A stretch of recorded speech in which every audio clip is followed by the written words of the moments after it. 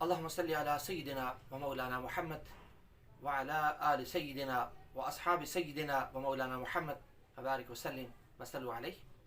Programme چاند اور ستارے میں امتیاز احمد تارڑ حاضر خدمت ہے. ناظرین کرام، جیسا کہ میں نے عرض کیا تھا، یکم رمضان مبارک سے لے کر چاند رات تک انشاءاللہ العزیز میرا اور آپ کا ساتھ رہے گا، اور ہم رمضان مبارک کے مقدس اور مطہر ایام کو قیمتی سے قیمتی تر بنائیں گے. آج کا ہمارا موضوع سیدنا عثمان غنی رضی اللہ تعالی عنہ، فضائل و مناقب. عثمان غنی رضی اللہ تعالیٰ عنہ کو اللہ تبارک و تعالیٰ نے یہ اعزاز بخشا کہ آپ رسول اللہ صلی اللہ علیہ وآلہ وسلم کے دوہرے داماد ہیں، اور پھر آپ رضی اللہ تعالیٰ عنہ بڑے باحیا تھے. زمانہ جاہلیت کے اندر بھی کبھی آپ کسی ایسی چیز کے مرتکب نہیں ہوئے جو خلاف شرع ہو. شراب کی طرف کبھی دیکھا نہیں ہے، اور اس کے علاوہ بے رہ روی یا خلاف عادت کوئی کام کبھی آپ نے نہیں کیا، بلکہ ہمیشہ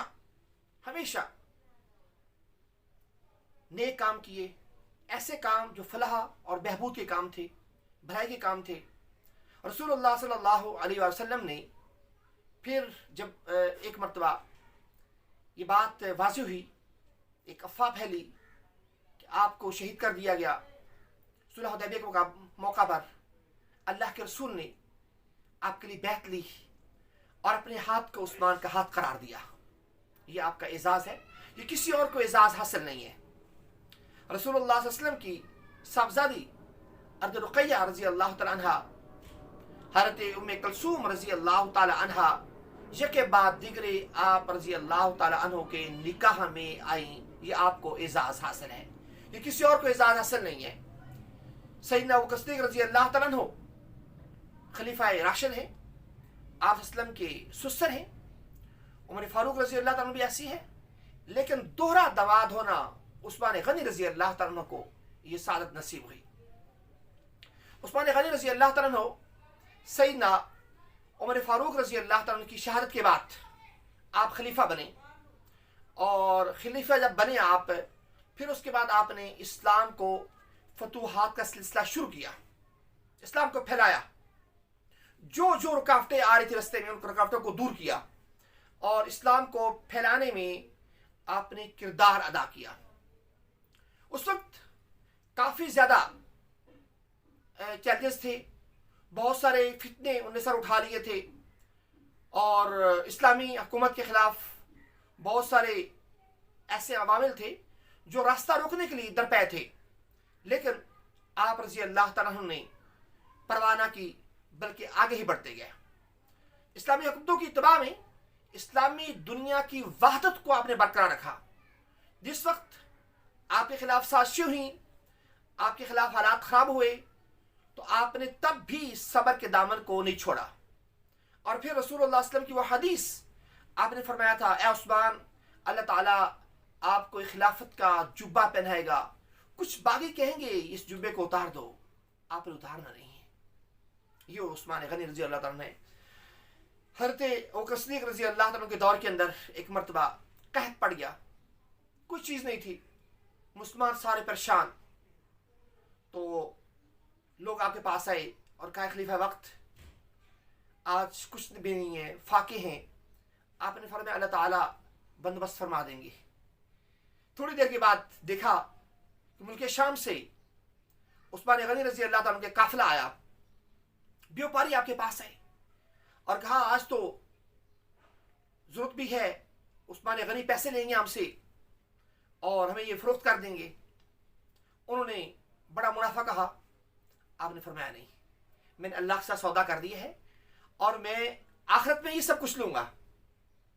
اور پھر آپ نے کہا، اے لوگو، اے بیوپاریو، آپ گواہ رہو، میں نے اس پورے کے پورے غلے کو اللہ کے راستے میں مسلمانوں کو دے دیا ہے. یہ تھے عثمان غنی رضی اللہ تعالیٰ عنہ. عثمان غنی رضی اللہ تعالیٰ عنہ کی جو آپ کے مراتب ہیں، آپ کی جو پھر اس کے بعد آپ کی جو فضائل ہیں بے بہا ہیں، لیکن آپ کے خلاف سازش ہوئی، باغیوں نے سازش کی، آپ کا پانی بند رکھا، 40 دن تک پانی بند رہا آپ کا، اور کچھ چیز نہ ملی آپ کو۔